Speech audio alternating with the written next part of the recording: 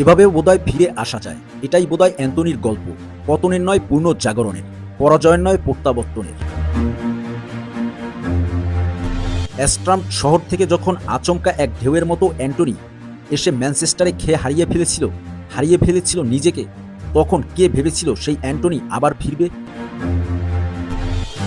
ফিরবে নতুন করে, পুনর্জন্ম হবে ফুটবল মাঠের দুর্দান্ত এক অ্যান্টনির? এই অভাবনীয় ঘটনাটাই এবার ঘটে যাচ্ছে। ফুটবল বিশ্ব আজ দেখছে অ্যান্টনি সান্তোসের প্রত্যাবর্তন।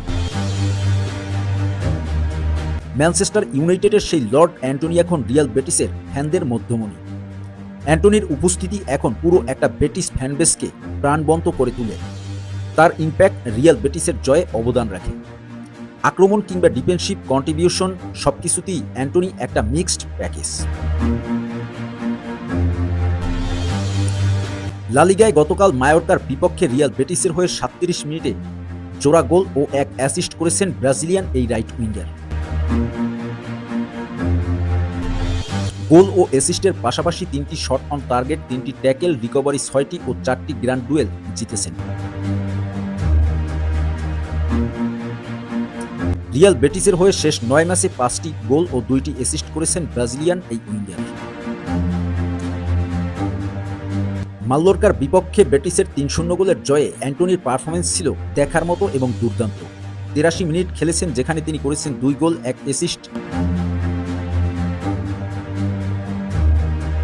৪টি শট করেছেন, যেখানে ৩টি লক্ষ্যে ছিল, একটি বড় সুযোগ তৈরি করেছেন, একটি কি পাস তৈরি করেছেন, ৮৬% নির্ভুলভাবে পাস দিয়েছেন এবং সোফা স্কোরের রেটিং অনুযায়ী ১০-এর মধ্যে ১০ পেয়েছেন।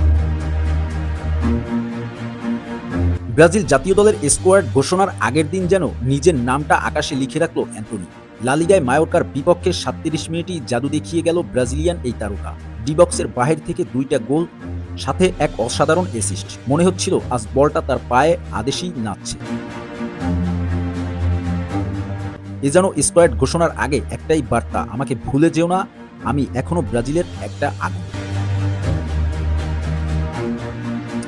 গোটা বিশ্বের মানুষ কিন্তু অবাক হয়ে গিয়েছে। অ্যান্টনি দারুণ ফর্মে ফিরেছে, তাকেও আমরা জাতীয় দলের স্কোয়াডে চাই।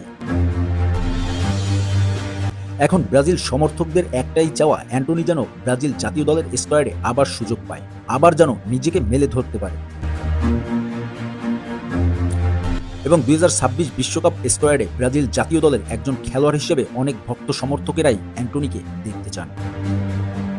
এবার দেখার অপেক্ষায় বাকি দিনগুলোতে অ্যান্টনি কতটা নিজেকে মেলে ধরতে পারে এবং ব্রাজিল জাতীয় দলের স্কোয়াডে নিজে জায়গা করে নিতে পারে।